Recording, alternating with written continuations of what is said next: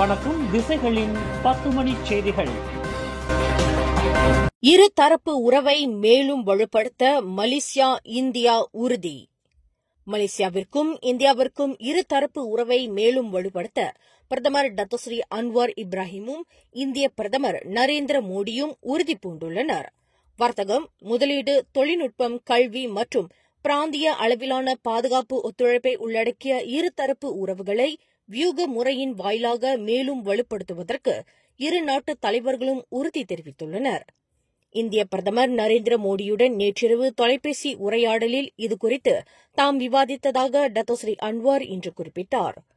தொழில்நுட்பம், கல்வி மற்றும் பிராந்திய பாதுகாப்பு துறைகளில் நெருக்கமான ஒத்துழைப்பு மட்டுமின்றி வர்த்தகம் மற்றும் முதலீட்டுத் துறைகளில் மலேசியாவின் முக்கிய வர்த்தக சகாவாக இந்தியா விளங்குகிறது என்று அன்வார் தெரிவித்தார். வார இறுதியில் கோலாலம்பூரில் தொடங்கவிருக்கும் 47வது ஆசியான் உச்சநிலை மாநாட்டை ஏற்பாடு செய்திருக்கும் உபசரணை நாட்டு தலைவர் என்ற முறையில் டத்தோஸ்ரீ அன்வார் இந்திய பிரதமருடன் விரிவாக பேசியதாக குறிப்பிட்டார்.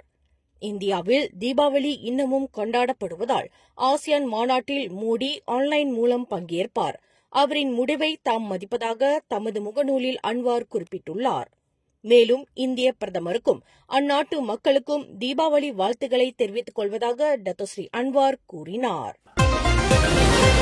மலேசியாவில் தற்போதைய நிலைமையை பாலஸ்தீனத்துடன் ஒப்பிட்டு பேசியிருப்பதாக கூறப்படும் பங்கலான் சேப்பா MP அஹமத் மசூக் ஷாரி பேச்சு குறித்து பரிகாத்தான் நேஷனல் உள்ள இந்திய தலைவர்கள் வாயை திறக்காதது ஏன் என்று ஜெலுத்தோங் MP RSN ராயர் கேள்வி எழுப்பியுள்ளார்.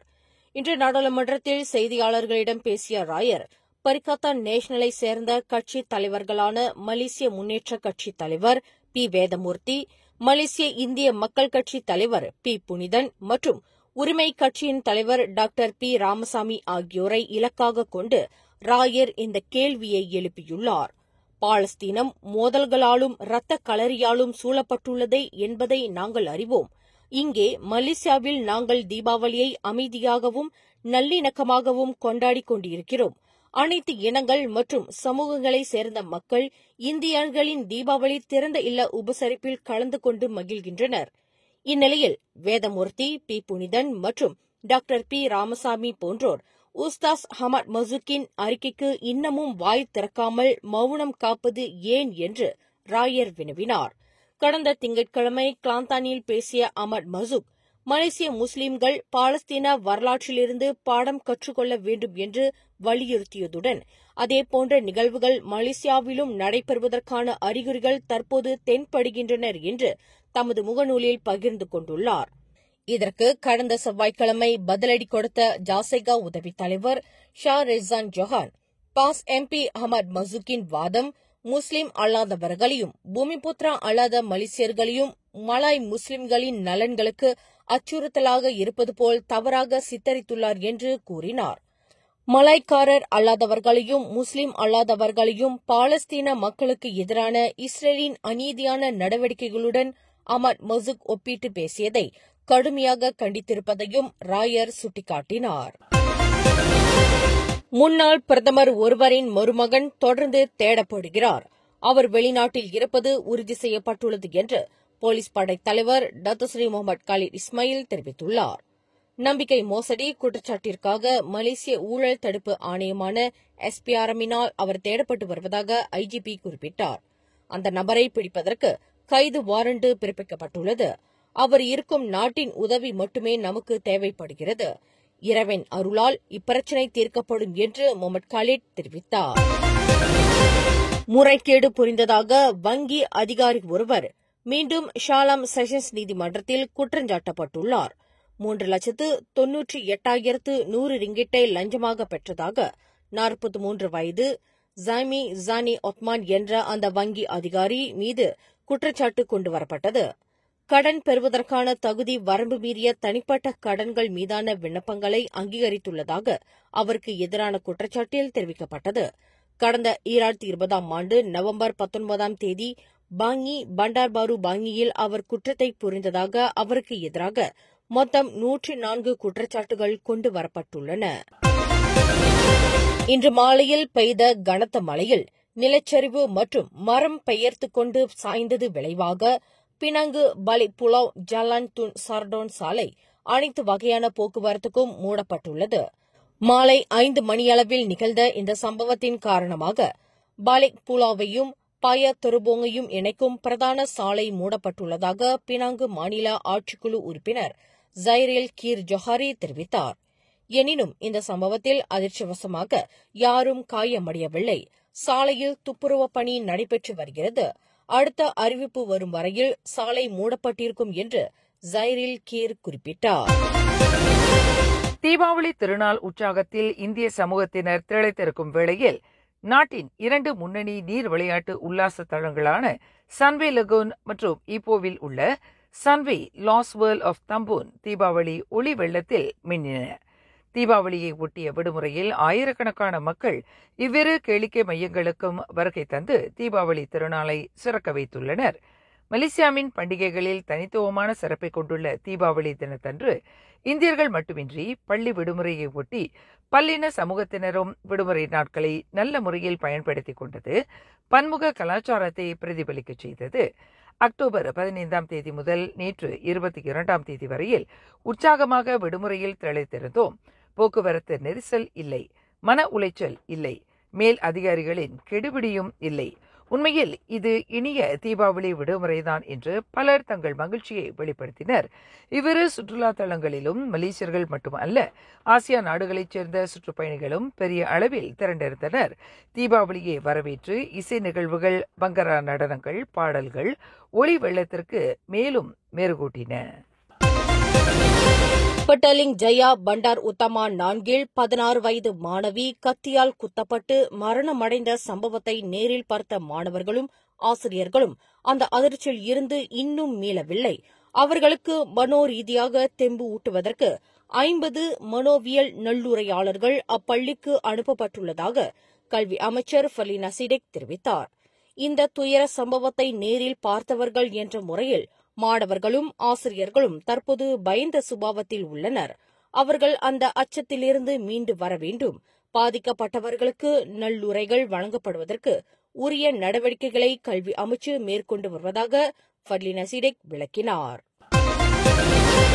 பிரதமர் டத்தோஸ்ரீ அன்வார் இப்ராஹிமிற்கு எதிராக தாம் தொடுத்துள்ள வழக்கில் தமக்கு நீதி கிடைப்பதற்குள் தாம் இறந்துவிடக்கூடும் என்று முன்னாள் பிரதமர் துன் மகாதீர் முகமது ஷாலாம் உயர்நீதிமன்றத்தில் தெரிவித்தார்.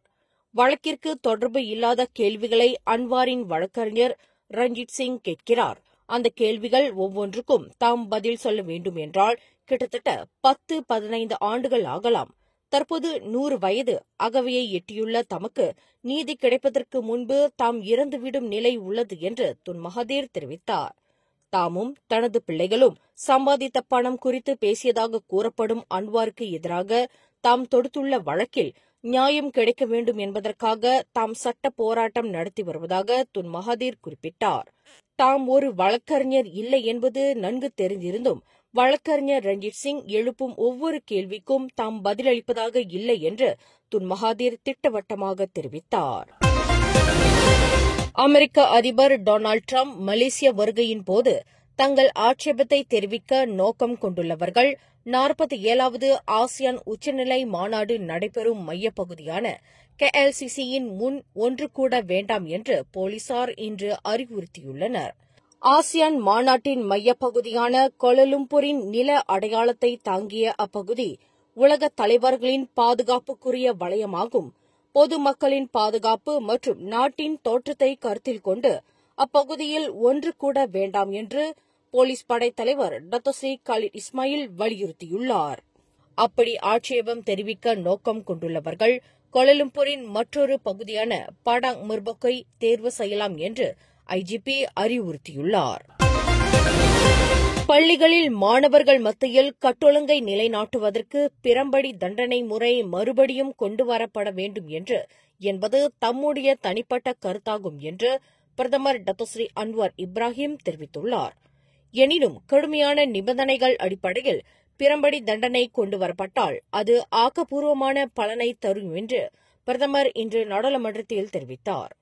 முன்பு ஒரு காலகட்டத்தில் தாம் ஆசிரியராக பணியாற்றிய போது கட்டொழுங்கை மீறுகின்ற நூற்றுக்கணக்கான மாணவர்களை பிரம்பினால் அடித்த சம்பவத்தை அன்வார் நினைவு கூர்ந்தார். பள்ளிகளில் மாணவர்களுக்கு பெரும்படி தண்டனை கொடுக்கும் நடைமுறையை மீண்டும் கொண்டு வருவதற்கு அரசாங்கம் உத்தேசம் கொண்டுள்ளதா என்று ஜெலுத்தோங் MP RSN ராயர் எழுப்பிய கேள்விக்கு பதில் அளிக்கையில் டத்தோஸ்ரீ அன்வார் மேற்கண்டவாறு பதிலளித்தார். தீபாவளி திருநாளையொட்டி நாடு முழுவதும் மேற்கொள்ளப்பட்ட ஒப் லஞ்சார் எனும் வாகன போக்குவரத்து மீதான போலீசாரின் சிறப்பு சோதனை நடவடிக்கை அமலாக்கத்தில் உயிர்பலி சம்பவங்கள் குறைந்துள்ளன. ஆனால் விபத்துகளின் எண்ணிக்கை அதிகரித்துள்ளன என்று புகேட்டமான் தலைமையகத்தின் போக்குவரத்து போலீஸ் பிரிவின் இயக்குநர் டத்தோஸ்ரீ முகமது யுஸ்ரி அசான் தெரிவித்தார். இந்த சோதனை கடந்த அக்டோபர் 17ஆம் தேதி தொடங்கி 21ஆம் தேதி வரை 5 நாட்களுக்கு மேற்கொள்ளப்பட்டதாக அவர் குறிப்பிட்டார். இந்த 5 நாட்களில் விபத்துகளின் எண்ணிக்கை 8940 பதிவு செய்யப்பட்டுள்ளது. கடந்த ஆண்டில் இதே காலகட்டத்தில் 8498 விபத்துகளின் எண்ணிக்கை பதிவு செய்யப்பட்டதாக அவர் குறிப்பிட்டார். இந்த எண்ணிக்கை கடந்த ஆண்டுடன் ஒப்பிடுகையில் 5.2 விழுக்காடு உயர்வாகும். மரண எண்ணிக்கை 82 பதிவு செய்யப்பட்டுள்ளது. கடந்த ஆண்டில் இது 90 இருந்ததாக அவர் விளக்கினார். ஆடவர் ஒருவர் காரில் இறந்து கிடந்தது கண்டுபிடிக்கப்பட்டுள்ளது. இன்று வியாழக்கிழமை மாலை 4:10 மணி அளவில் பினாங்கு பத்துகாவான் பண்டார் காசியா டோல் சாவடி அருகில் உள்ள கார் நிறுத்தும் ஓய்வு தளத்தில் இந்த சம்பவம் நிகழ்ந்துள்ளது. பொதுமக்கள் அளித்த தகவலைத் தொடர்ந்து தீயணைப்பு மீட்புப் படையினர் அவ்விடத்திற்கு விரைந்ததாக பினாங்கு மாநில உதவி இயக்குநர் ஜான் சாகுன் பிரான்சிஸ் தெரிவித்தார். 43 வயது மதிக்கத்தக்க அந்த நபர் டொயோட்டா வியோஸ் ரக காரில் இறந்து கிடந்தார்.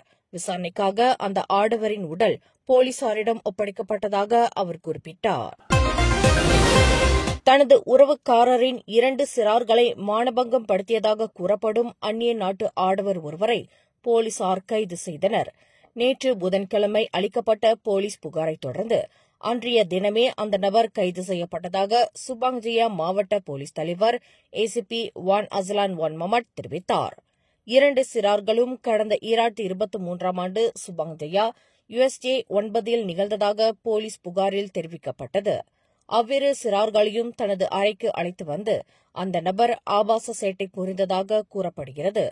அந்த 2 சிறார்களும் அந்த நபருக்கு நன்கு அறிமுகமானவர்கள் என்பது பூர்வாங்க விசாரணையில் தெரிய வந்துள்ளது என்று அவர் மேலும் விவரித்தார்.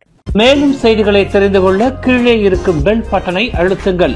உங்கள் மகிழ்ச்சியை வெளிப்படுத்த லைக் மற்றும் ஷேர் செய்யுங்கள். தொடர்ந்து திசைகளோடு இணைந்திருக்க சப்ஸ்கிரைப் செய்யுங்கள்.